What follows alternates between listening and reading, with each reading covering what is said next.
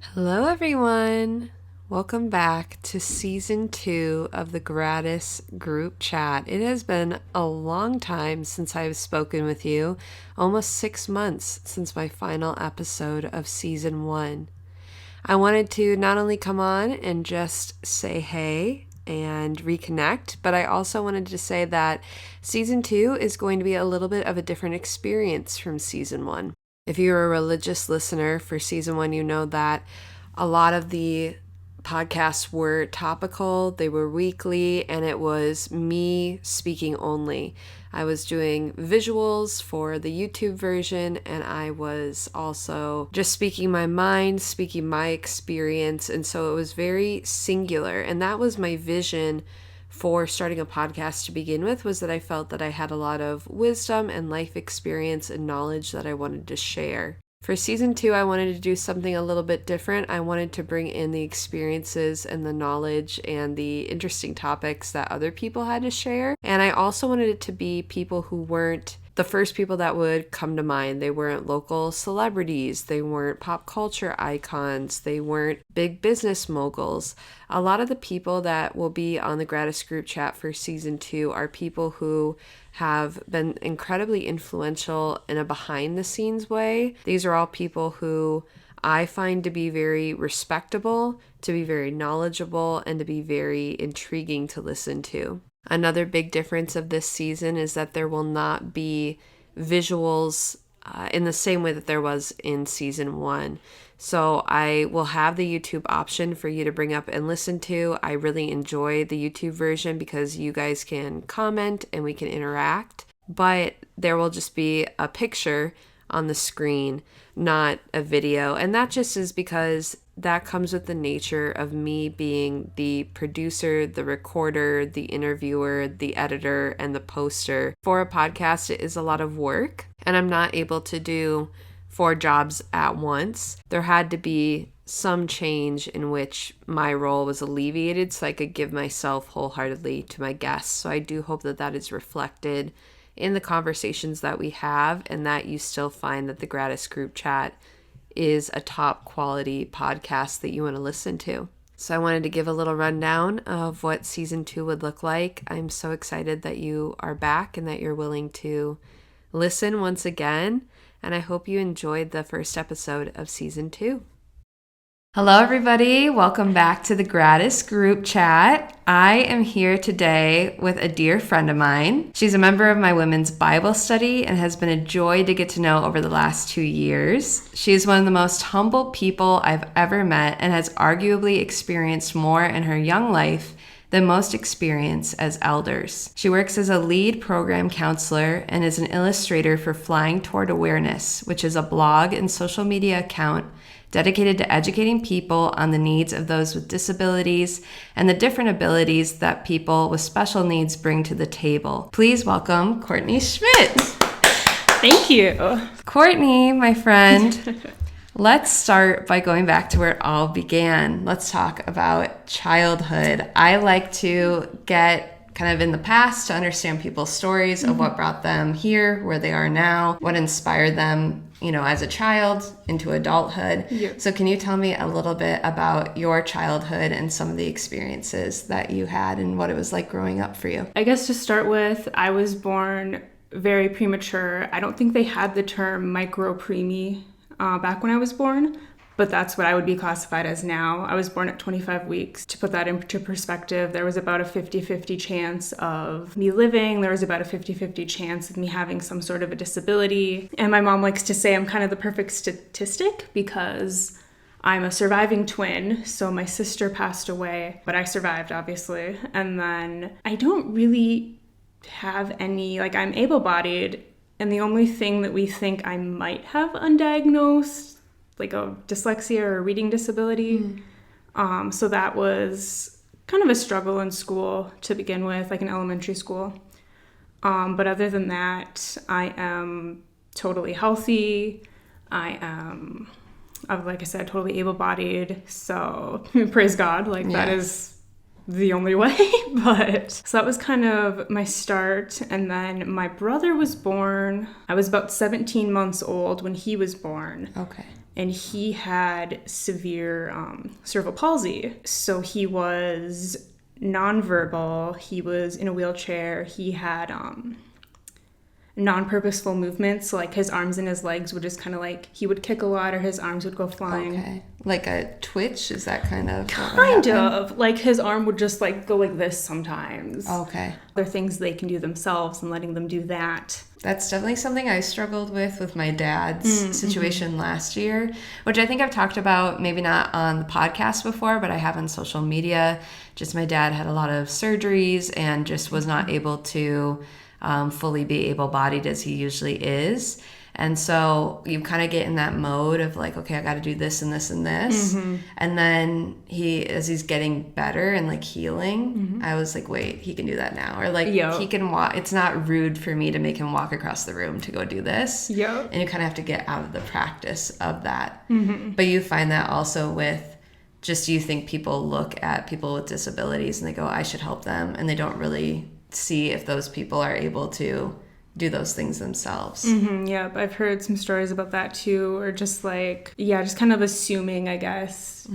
And again, something I also need to work on. Just letting them tell you, you know, hey, like, or actually just being able to hear the word no. Like if you start to do something and someone goes, oh no, I got it, you know, being like, oh, okay, you know, and just letting them, do their thing too. So what inspired the work that you do? Because I guess wrongfully assumed it was the way that you grew up in the scenario that you grew up in, where it was like, oh, that's kind of a natural progression into work. I mean, I would assume it's maybe some of that, but what made you decide to go into caring for others? And it's personal care attendant, is that PCA? Yep. Okay.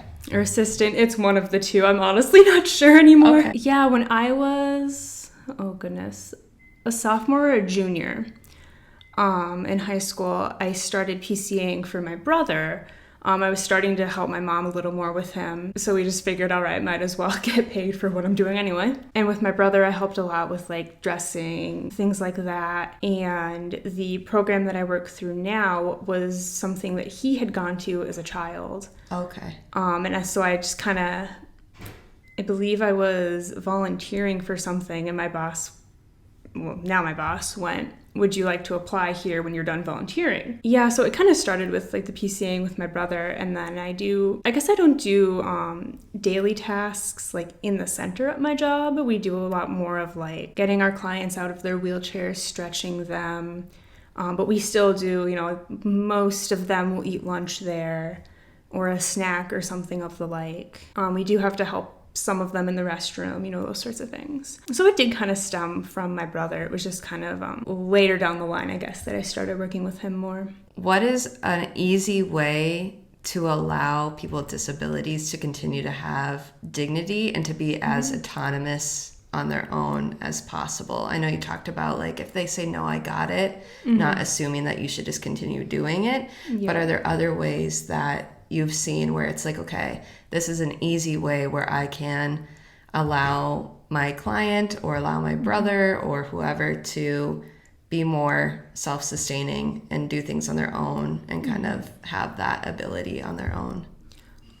Sometimes it's even like how you set things up for them. Like, for example, I have a client where she can use her phone, but it has to be in a specific spot on her tray. So I just have to make sure, like, I set it down where I think it goes, and then I say, hey, is this where you need it to be? And she'll tell me yes or no. Okay. And if I need to move it. And same thing with like her TV remote, that sort of thing. Just kind of making sure everything is within reach or within where they need it to be. Yeah, I think kind of going back to just asking them questions. And I know some of my clients are nonverbal, and I think a lot of people now use the term non-speaking. I grew up with it nonverbal, so that's really hard for me to change. But typically what I mean and what non-speaking, I guess, is they usually can't speak like with words or with a lot of words, but they can still make noise. Okay, so it's not that they're not audible, it's just that they can't form a sentence, more likely. Yeah, so a lot of the times I'll ask people, like when I first meet them, or I kind of ask the person they're with, like, what is their yes and their no? A lot of people we have a few clients who will long blink for yes, or who will smile for yes, or look in like a certain direction, that sort of a thing.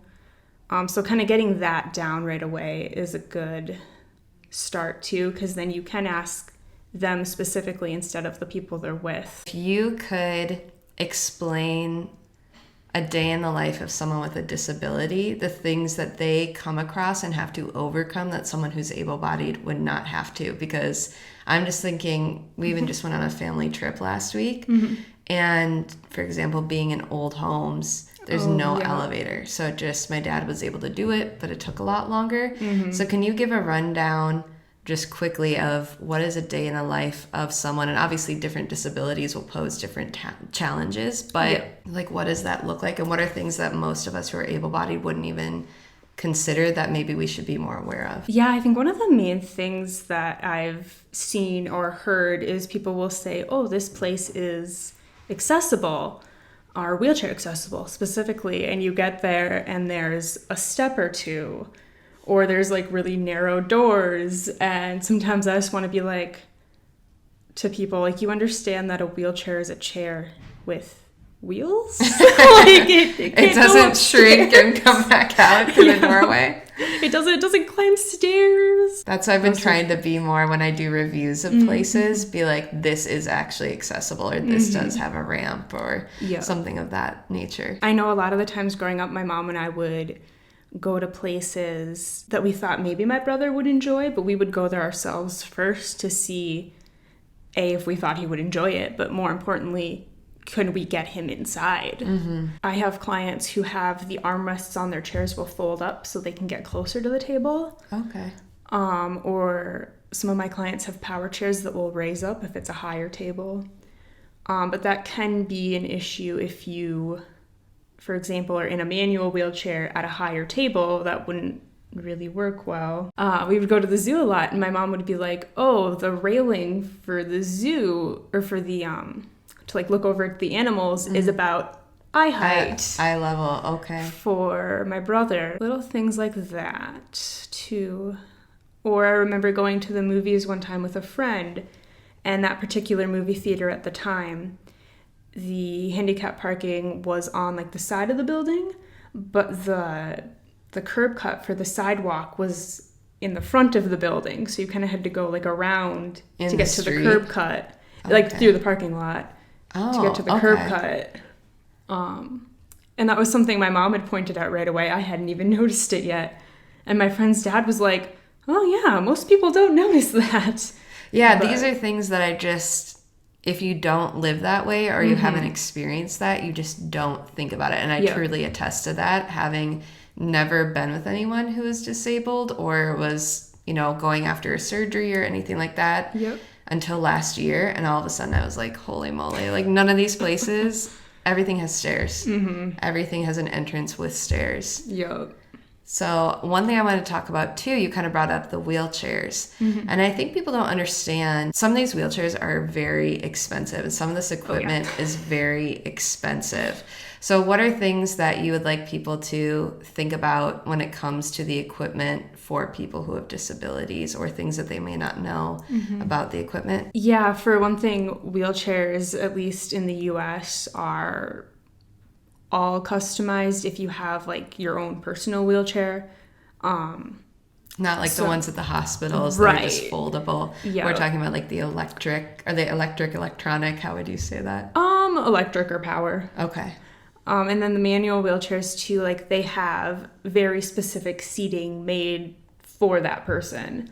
I'm not sure about, say, a wheelchair for someone with like paralysis or spina bifida, or someone who is an ambulatory wheelchair user. So they use a wheelchair only on occasion. Is it like ambidextrous, where you have the ability to do one or like both? Okay. Yeah, I guess I've never thought of it in that way. I've just thought of it as like, oh yeah, I'm just thinking these terms you're talking about. I'm like, I don't know what that means, so I'm just gonna ask. So it's like if you're you can walk for either a certain distance, or like I have a friend who uses her wheelchair if she's in crowded places because she doesn't have the best balance. So if somebody were to bump into her, she would just go down.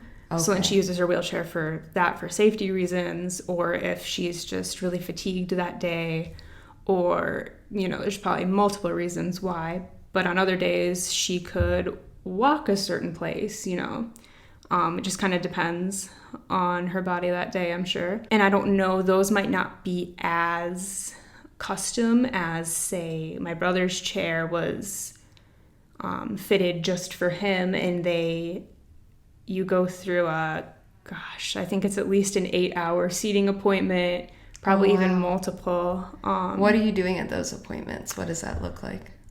From what I know, I haven't been to a full-on seating appointment before with my brother. He usually had those when I was in school. But you go in and they talk to, hopefully, the person whose chair it is, since they'll be the one sitting in it, and their family members, especially like in my brother's case where he was nonverbal. And they kind of see like how you sit in the chair where you need extra support, and the seating specialist does stuff with the seating, comes back, puts it on the chair, you get in the chair, they see what they need to fix, they bring it back, it just goes back and forth. About my understanding of it, like I said, I haven't been to a full-on one before, but it is extensive. And it's about the ultimate comfort for them and support for their bodies and their needs. Yep. Okay.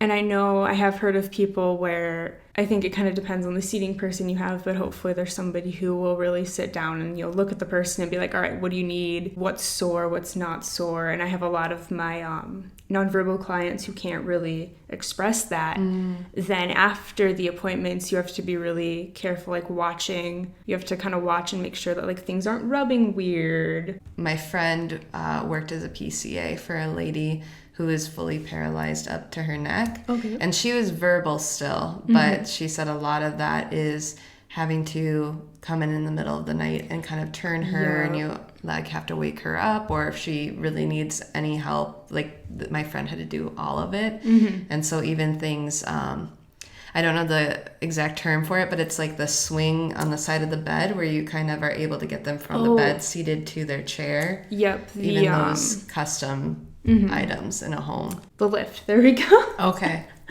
A lot of people either have Hoyer lifts, which are just like they're movable, or like ceiling lifts that are literally mounted on their ceiling. Okay. We never had one full term with my brother. We borrowed one for a while after his back surgery just because that was how we had to move him.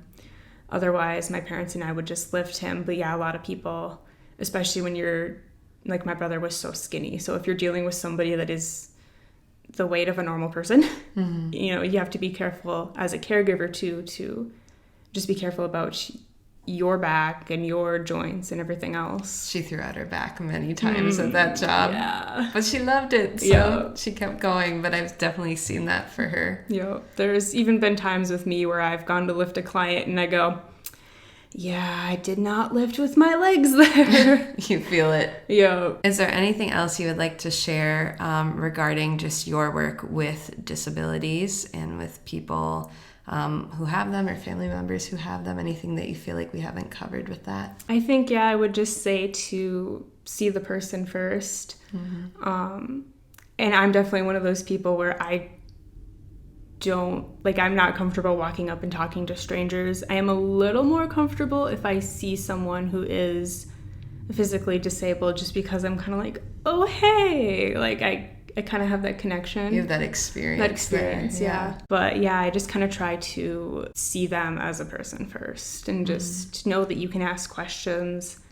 And if they are, like they have a caregiver, a sibling, a family member, somebody with them, like, it's okay to address them, but you should also address the person who's disabled themselves as well.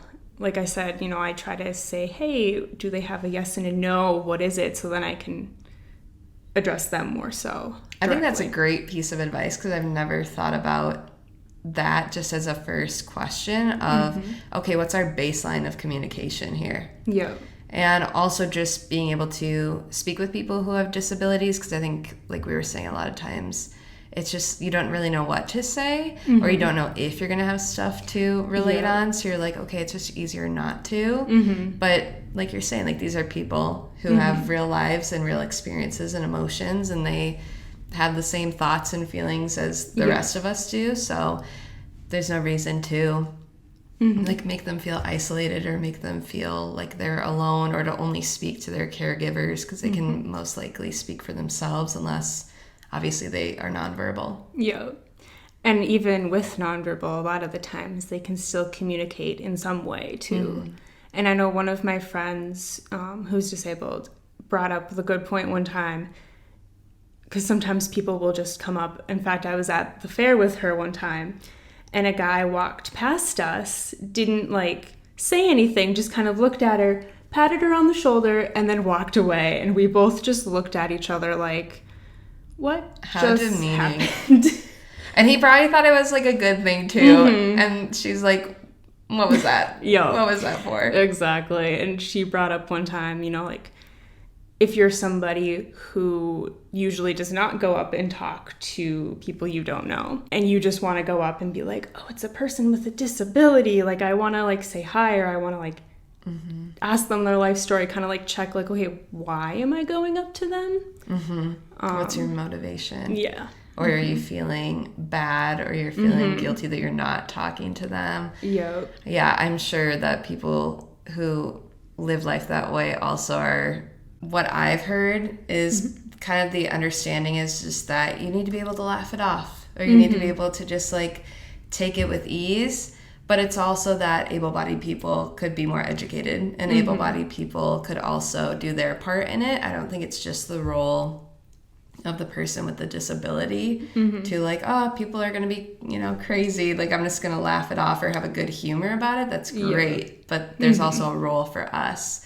as able-bodied people to walk in and be like, okay, be educated on how to handle this, or be educated on how to interact, and like you would anybody else. It's not that hard. Yeah.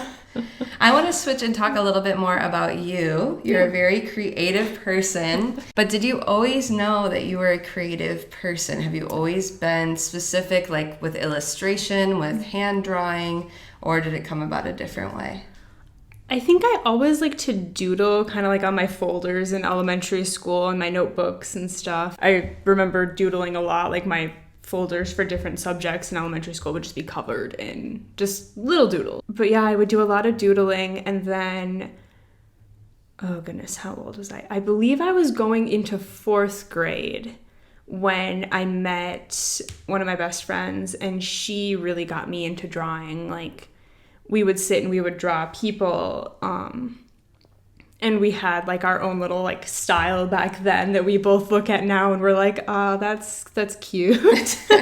Hey, that's the beginning of every artist though. They always start with like a little crappy hand sketch, and then you're like, thank God, like I've grown in this skill. Yes, and always keep your old sketches, guys. It's fun to look back on. Yeah, I'm sure it's fun to like reminisce on it and be like, wow, look where I've come from. Yup. So yeah, I would say I was probably about 6th grade when I really started drawing a lot more. Did you have any other types of like creativity, or you know, like singing, dancing, artistic ability? Was there anything outside of hand drawing, or has it always been illustration and hand drawing? I really have loved writing, and I haven't written in such a long time now, but that, especially in middle school, I accredit writing and getting an email and emailing my friends for how I know how to type. Okay. I sucked at typing in elementary school, and then I started writing and emailing, and I was like, oh, look, I can type now. Probably more of like the interest base, and then going from there. Yeah. Going off of that, I wanted to talk a little bit about Flying Toward Awareness. This is an illustration blog dedicated to educating others on disabilities and mental health, and it's run by yourself and then your friend Kenzie. So can you give us some insight into, we've gotten your background, anything that you can share about Kenzie's background? Obviously that's her personal life, but how you both got into this, and how did you guys bond? How did you guys meet? What's the story behind that? So Kenzie has cerebral palsy as well. And we met actually online. I think she had written something about CP, that I had commented on, or the other way around. I honestly can't remember there. But we had just kind of started talking that way. And goodness, she just gave me the date. I think it was like 2018 or something. She kind of had this idea for a blog. I think she was a senior at the time.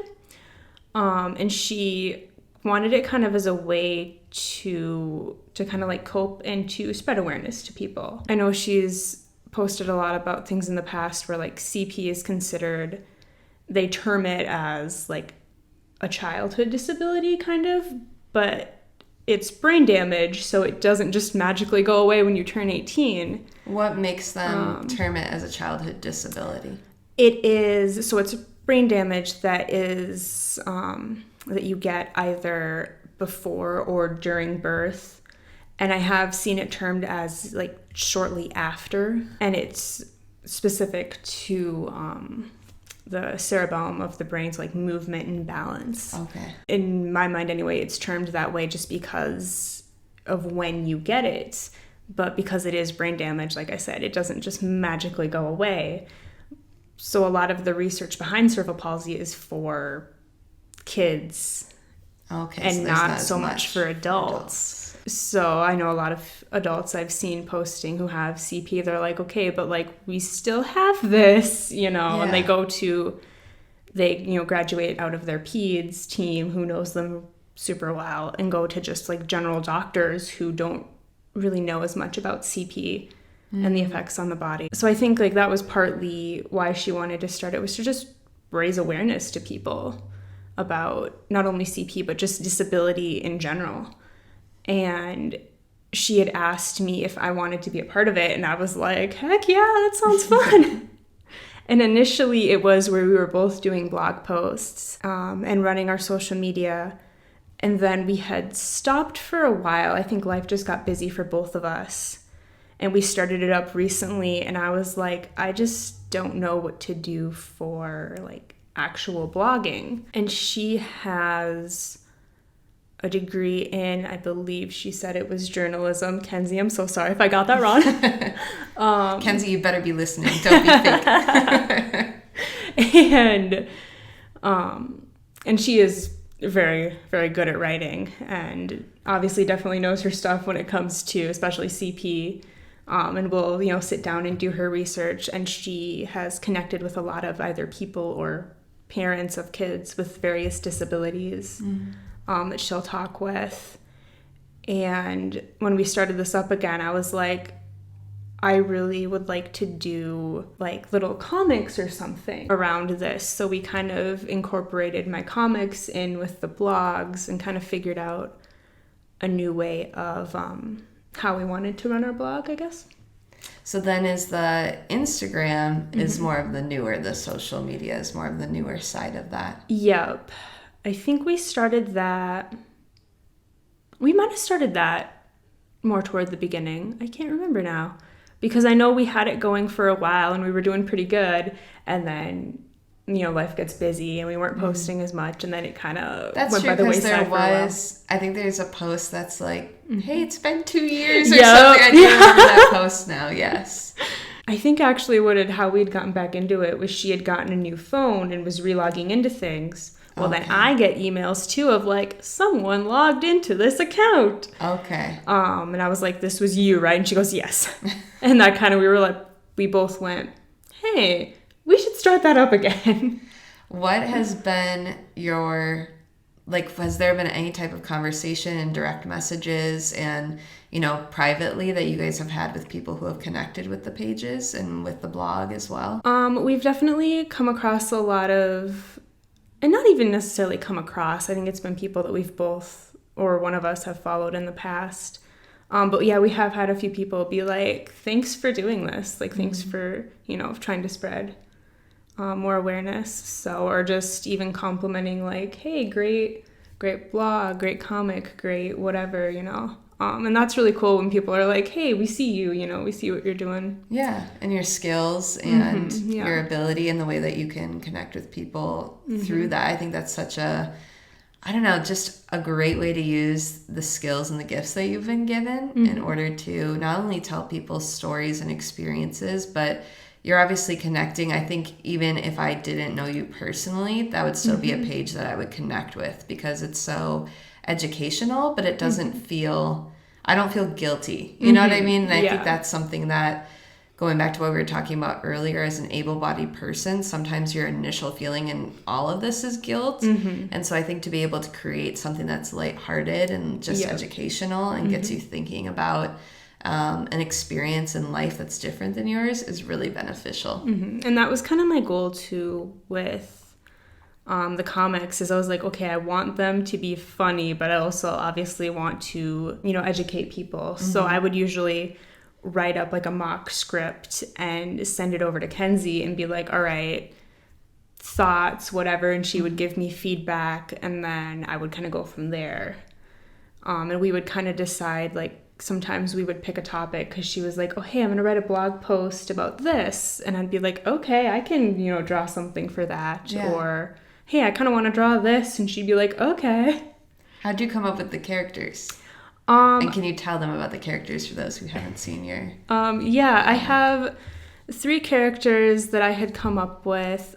I kind of wanted to do like a, your classic like 3 friends in high school, just about like getting through life. So I came up with Ella, who has CP, and I've based her on some of my friends. I use one of my friends as a reference, I guess I would say, for her.